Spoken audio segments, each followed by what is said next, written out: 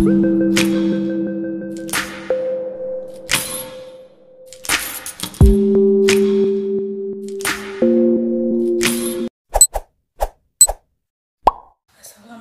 warahmatullahi wabarakatuh. Baiklah, kami dari kelompok 5 akan menjelaskan hasil makalah kami pada mata kuliah Sistem Informasi Manajemen dengan judul materi hubungan-hubungan isu yang muncul akibat sistem informasi dan internet terhadap perlindungan privasi.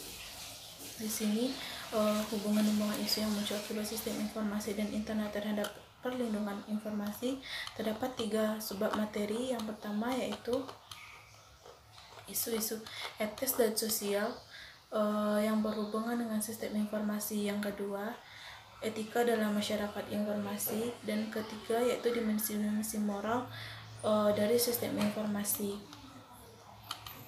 Di sini pada bagian subbab pertama yang akan saya jelaskan sendiri yaitu isu-isu etis dan sosial yang berhubungan dengan sistem informasi. Di sini teknologi dengan sangat cepat membawa perubahan yang cukup besar, yang dimana menciptakan isu-isu sosial yang harus diselesaikan oleh masyarakat dengan meningkatkan kemampuan jaringan teknologi informasi internet yang memiliki kapasitas penyimpanan dan dapat memperluas jangkauan seperti individu dan organisasi dalam bertindak. Sistem informasi secara online dapat menimbulkan tantangan-tantangan baru yang menciptakan dilemanya etika, di mana bisa menciptakan akuntabilitas atau pertanggungjawaban atas konsekuensi dari sistem informasi. Di sini dengan menetapkan standar untuk kualitas sistem pengamanan yang melindungi keamanan individu dan masyarakat serta melindungi nilai sosial dan etika yang sangat penting bagi kualitas hidup dalam masyarakat informasi. Di sini rahasia dagang, hak paten dan hak cipta. Yang ketiga yaitu akuntabilitas dan pengendalian. Akuntabilitas dan pengendalian ini berkaitan dengan undang-undang privasi individu, yang dimana teknologi informasi harus membawa tantangan bagi undang-undang liabilitas dan dalam praktik sosial untuk menuntut tanggung jawab perorangan dan organisasi atau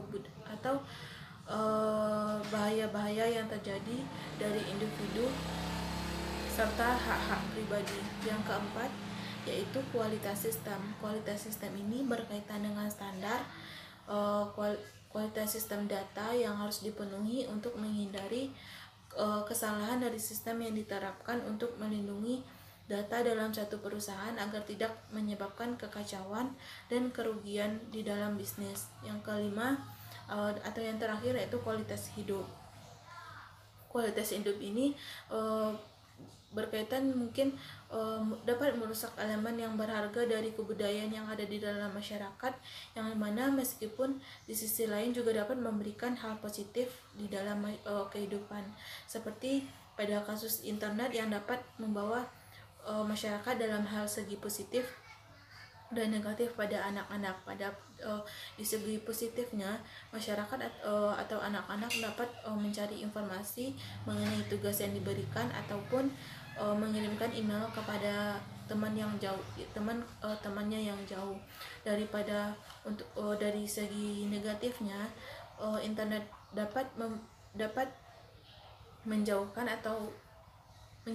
atau menguras banyak tenaga mereka, sehingga mereka lupa akan aktivitas mereka yang lainnya.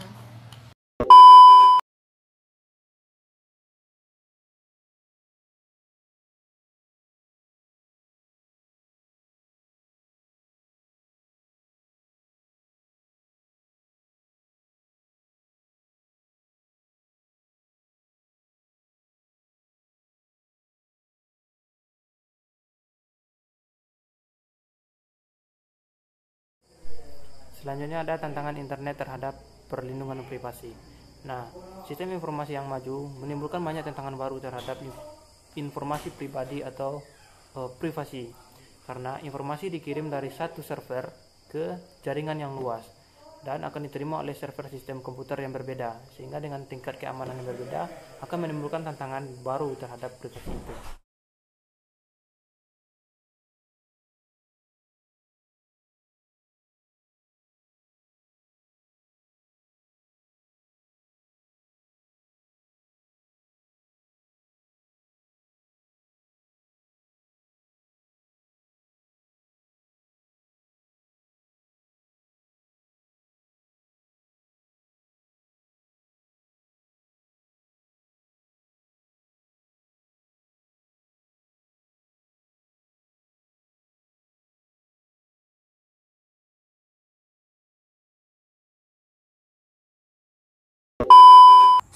Bismillahirrahmanirrahim. Assalamualaikum warahmatullahi wabarakatuh. Ya, selamat pagi, siang, sore, malam kawan-kawan sekalian, dimanapun kawan-kawan semua berada. Nah, perkenalkan, nama saya Devi Mariski dari kelompok 5 Sistem Informasi Manajemen. Nah, pada kesempatan kali ini saya ingin melanjutkan diskusi kita, di mana saya akan memaparkan terkait dengan 5 dimensi moral yang timbul di era informasi saat sekarang ini. Nah, sebelum kita lanjut, apa sih itu dimensi moral?